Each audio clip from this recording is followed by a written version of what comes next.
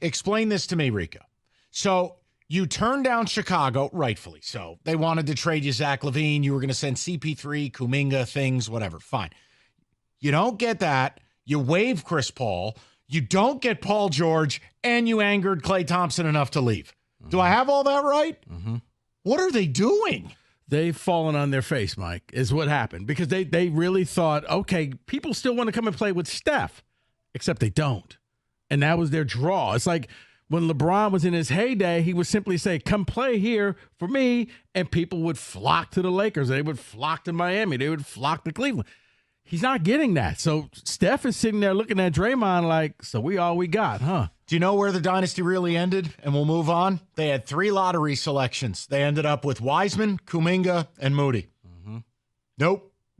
Kuminga maybe. Point is, they didn't capitalize on the guys that were supposed to support their aging big 3. David, go ahead. So basically that was their Darko pick. Correct. Yes, it was. Let's move over to the 76ers.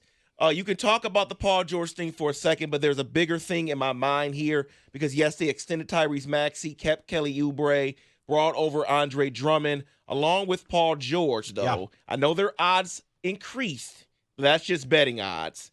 Have they done enough to be a top 4 team in the East? They lost the heart and soul of their team in Tobias Harris.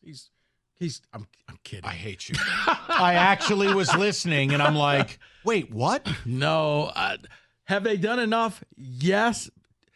They'll be a top 4 team in the East. That's all they can do, though. I can't quantify this, but this team has the most bad luck ever.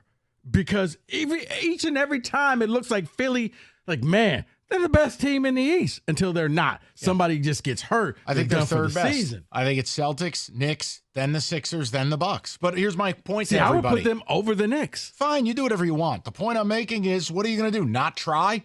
No. Like, for all these people going, well, I don't think they did enough, then what should they do? Lay down and die? No. They did everything they possibly could, and they won the Paul George sweepstakes. And he's the third option, which is where he belongs. Right, and so I'm thinking that, I would put them right behind your Celtics, but ahead of the Knicks. The Knicks, I just think it's all just show. Like, okay. Over the 76ers. Playoffs come around for the 76ers, they're just show.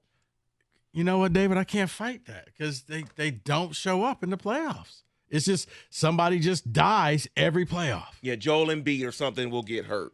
Let's talk about this because I think this may be a great under-the-radar move, and that is Chris Paul. 1-year deal, $11 million to the Spurs.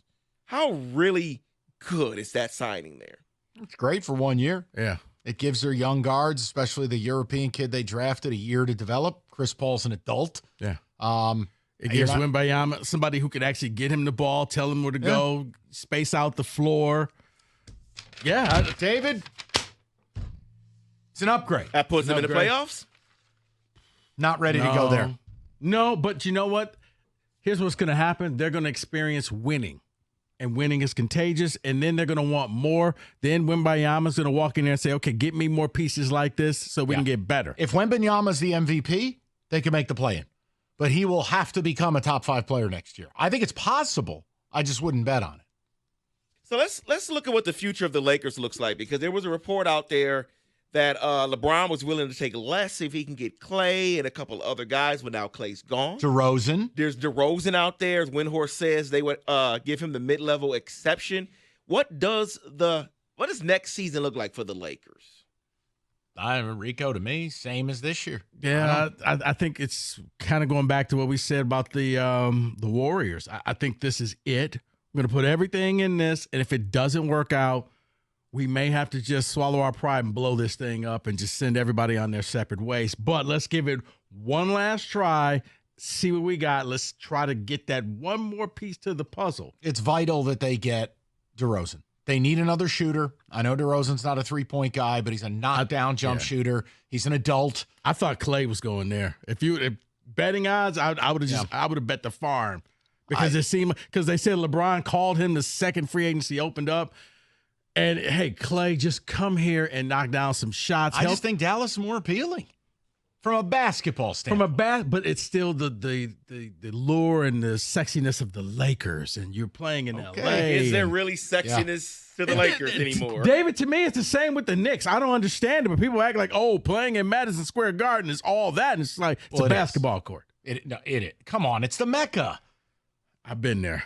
You went there for MSU Rutgers. Not the same. It's still a basketball court. It is okay, you know what? I'm just moving. I can't. So this is two-parter here. It involves KCP going to Orlando, and it involves his former team. Talk about KCP for a second, though.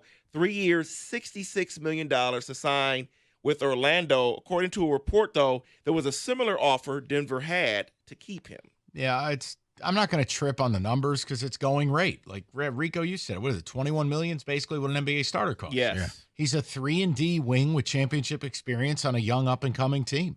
Probably gets a few more looks in Orlando. Mm-hmm. I like it. And if you're Orlando, look, I think the Paul George thing was probably a pipe dream. Yeah.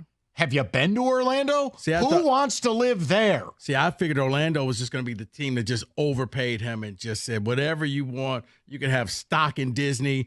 Just please come here. But, yeah, with KCP, this is what Mike said. Along with that, they're going to lean on him and his veteran leadership. Hey, you won titles.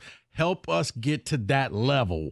Because you somehow found a way to stick around in this league for a long time when a lot of people didn't think that you were going to make it. I remember Detroit fans angry that the Pistons took him and not a certain point guard. So on the other side of that, we'll finish it off with this, possible replacement in Denver. A report says that Nikola Jokic wants Westbrook to be there. $4 million is what he has left on his deal. Would that be a nice addition off the bench for Denver? You're on your own.